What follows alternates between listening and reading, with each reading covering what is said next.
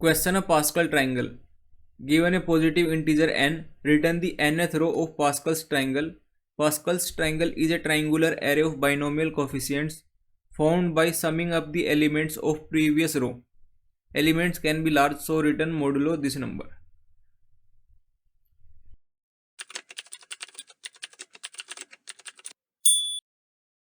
इस क्वेश्चन में pascal triangle की nth रो को फाइंड करना है। पास्कल्स ट्राइंगल की nth रो को फाइंड करना है। n गिवन होगा और nth रो फाइंड करनी है और उसको एक एरे लिस्ट के फॉर्म में रिटर्न करना है। तो पास्कल्स ट्राइंगल क्या होता है उसको देख लेते हैं। पास्कल्स ट्राइंगल एक ट्राइंगुलर पैटर्न होता है जिसमें सबसे पहली रो में एक नंबर होता है, दूसरी रो में दो नंबर होते हैं। पहली रो में एक नंबर होता है, दूसरी में दो नंबर्स होते हैं, तीसरी में तीन होते हैं। इसी तरह से ये पैटर्न चलता रहता है। जितनी n होता है उतने उसकी रो में, एक पर्टिकुलर रो में उतने नंबर्स होते हैं, डिफरेंट नंबर्स। तो जैसे यहाँ पे पहला एक पैटर्न है डायग्राम में, पहली रो है तो एक ही नंबर है, दूसरी रो दो नंबर्स हैं, तीसरी रो तीन, चौथी रो चार, पांचवी रो पाँच। इस तरह से आगे बढ़ता जाता है। और जो नंबर्स हैं वो किस तरह से हैं, हर एक रो में जो नंबर है स्टार्ट भी 1 से हो रहा है और एंड भी 1 से हो रहा है। इसी तरह से पहली रो में यहाँ पे एक नंबर है, इसमें स्टार्टिंग भी 1 से हो रही है और एंड भी 1 से हो रहा है। इसी तरह से दूसरी रो में सिर्फ दो नंबर्स होंगे और उनमें स्टार्टिंग 1 से एंड भी 1 से। तीसरी रो में स्टार्ट 1 से हो रहा है, एंड 1 से हो रहा है और तीन नंबर्स हैं। तो जो बीच वाला नंबर है वो कैसे आ रहा है यहाँ पे, तो इस डायग्राम में जैसे तीसरी रो में ये जो दो बन रहा है, ये ऊपर वाली रो में जो नंबर्स हैं इसके जस्ट ऊपर वाले नंबर्स हैं उनसे बन रहा है, उनके सम से बन रहा है। तो 1 + 1 2 बन गया। फिर जो ये 3 बन रहा है ये जस्ट इसके ऊपर वाले दो नंबर है, एक 1 है और एक 2 है, तो 3 बन गया। इसी तरह से यहाँ भी 3 बनेगा। अब यहाँ पे जो नंबर बनेगा वो ये नंबर और ये नंबर, इनका जो सम आएगा उससे बनेगा। तो यहाँ से क्या आएगा, इसको तो यहाँ से 1 आएगा, यहाँ से 3, तो यहाँ पे 4 आएगा। इसी तरह से यहाँ पे 3 + 3 6 आएगा, यहाँ पे 3 + 1 4 आएगा। और फिर एंड और स्टार्टिंग तो 1 से करनी है। तो जो ये वाली रो है nth रो, ये 5th रो है। इसी तरह से नीचे 6th रो, 7th रो, 8th रो, nth रो। तो जो भी nth रो में नंबर्स आएंगे उनको एक एरे लिस्ट में स्टोर करवा के रिटर्न करना है। तो जो एरे लिस्ट में नंबर्स होंगे वो लॉन्ग में होंगे। ये आज का क्वेश्चन है। अगर आपको पास्कल्स ट्राइंगल के बारे में और डिटेल में पढ़ना है तो इसके बारे में आप विकीपीडिया भी जाके सर्च कर सकते हो। वहाँ पे इसके बारे में सारी डिटेल मिल जाएगी, सारी इन्फॉर्मेशन मिल जाएगी। इसका यूज़ कहाँ होता है, इसकी एप्लीकेशन क्या होती है, बाइनोमियल एक्सपेंशन में इसका क्या यूज़ होता है, ये सब, और ये क्या पैटर्न फॉर्म करेगा वो सब यहाँ पे आप देख सकते हो। अब हम बात कर लेते हैं इसके अप्रोच की, कि इसको अप्रोच कैसे करना है। क्वेश्चन में हमें एक n गिवन होगा, इंट n की फॉर्म में एक इनपुट गिवन होगा। अब उस इनपुट के बेस पे हमें nth रो फाइंड करनी है, nth row of Pascal triangle. इसकी अप्रोच काफ़ी सिंपल है। स्टार्टिंग 1 से करनी है, पहली रो आएगी, पहली रो से दूसरी रो क्रिएट करेंगे, दूसरी रो से तीसरी, तीसरी से चौथी, इस तरह से करना है। तो पहली में 1 आएगा, दूसरी में स्टार्टिंग 1 करनी है, एंडिंग 1 करनी है, तो इसमें 2 ही 1 आएंगे। तीसरी में स्टार्ट 1 से करना है, जो नेक्स्ट नंबर आएगा वो प्रीवियस रो में शुरू के दो नंबर्स का सम आएगा, तो इन दोनों का सम 2 आ गया। अब तीसरी में मतलब थर्ड रो है ये, तो इसमें 3 ही नंबर आएंगे, 2 आ चुके, तो तीसरा एंडिंग 1 से करनी है, स्टार्ट 1 से करना है, एंड 1 से करना है। अब जैसे ये वाली 4th रो है, इसमें जो दूसरा डिजिट आएगा वो प्रीवियस रो में पहले दो नंबर्स का सम आएगा, तो यहाँ पे 3 आ गया। अब जो थर्ड आएगा वो उसके आगे वाली दो नंबर्स का सम आएगा, इन दो का सम आएगा, यहाँ भी 3 आ गया। और फिर एंड करना 1 से। इस तरह से हमें आगे चलते जाना है जब तक कि हम nth रो तक नहीं पहुँच जाते। जो भी nth रो में आएगा उन सारे नंबर्स को एक लिस्ट में स्टोर करवा के रिटर्न करना है। इस क्वेश्चन में 2 लिस्ट का यूज़ करेंगे। एक का नाम प्रीवियस मान लेते हैं और जो नेक्स्ट वो हमें फाइंड करनी है। तो प्रीवियस में पहली रो तो 1 होगी, सेकेंड रो 1 1 होगी। अब थर्ड रो से हम स्टार्ट करेंगे नेक्स्ट को फाइंड करना प्रीवियस की हेल्प से। तो कुछ ऐसा होगा, यहाँ पे ये मान लेते हैं प्रीवियस रो है। अब प्रीवियस की हेल्प से नेक्स्ट को क्रिएट करेंगे। अब ये नेक्स्ट आ गई। अब जो नेक्स्ट को प्रीवियस डिक्लेयर करके अब नई नेक्स्ट फाइंड करेंगे। ये नई नेक्स्ट आ गई।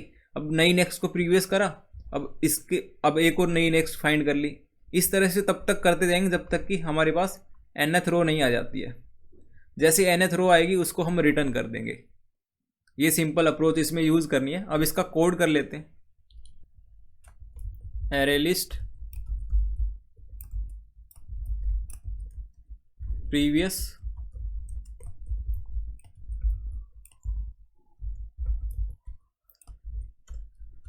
में ऐड करना है 1 को लॉन्ग में ऐड करना है, तो 1L इस तरह से इसको डिनोट करते हैं। अब एक लूप लगाना है फॉर इंट आई को 1 से करेंगे, क्योंकि जो पहली रो है वो तो हमने फाइंड कर ली ऐड करके प्रीवियस में 1 को। अब हम 2 से स्टार्ट करेंगे, आई लेस देन एन आई प्लस प्लस। एक और लिस्ट क्रिएट करनी है,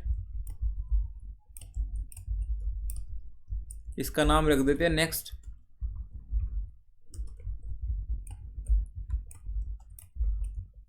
अब इस लिस्ट में भी ऐड करना है, स्टार्टिंग और एंडिंग हमें 1 से करनी है, तो ऐड करना है इसमें भी। इसका नाम है नेक्स्ट 1 लॉन्ग फॉर्म में। अब एक और लूप लगेगा। अब जो ये सेकेंड लूप है वो कुछ ऐसे चलेगा। तो पहला लूप है आई ऐसे चल रहा है स्टार्टिंग में, यहाँ से 1 तो हमने फाइंड कर लिया, यहाँ से चल रहा है 2 से लेके नीचे की तरफ। और जो दूसरा लूप है उसमें जे चलेगा अंदर, मतलब लिस्ट में कितने एलिमेंट्स हैं इस तरह से।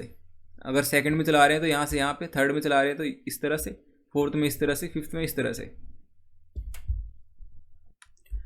इंट जे इक्वल 1 जे लेस देन, तो यहाँ पे लेस देन में आएगा।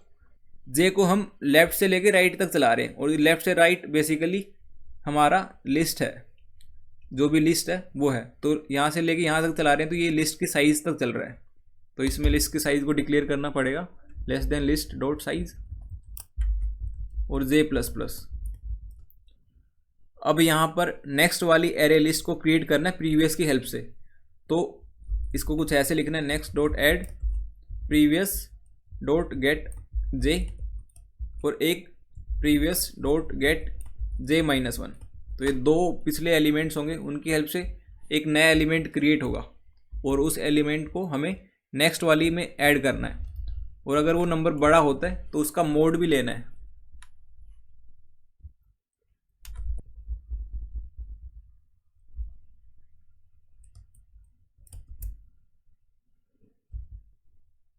लूप के बाहर आके फिर से नेक्स्ट में ऐड करना है 1, क्योंकि स्टार्टिंग और एंडिंग 1 से करनी है। एंड प्रीवियस वाली को नेक्स्ट करना है, फिर लूप के बाहर आके रिटर्न करना है प्रीवियस को।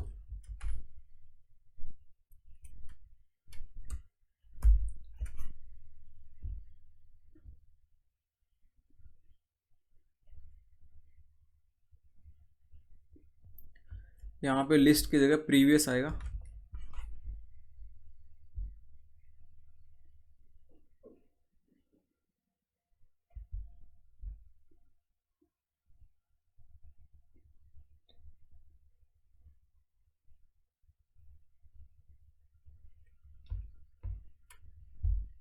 तो ये है आज का पी और T D problem of the day. I hope समझ आ गया होगा।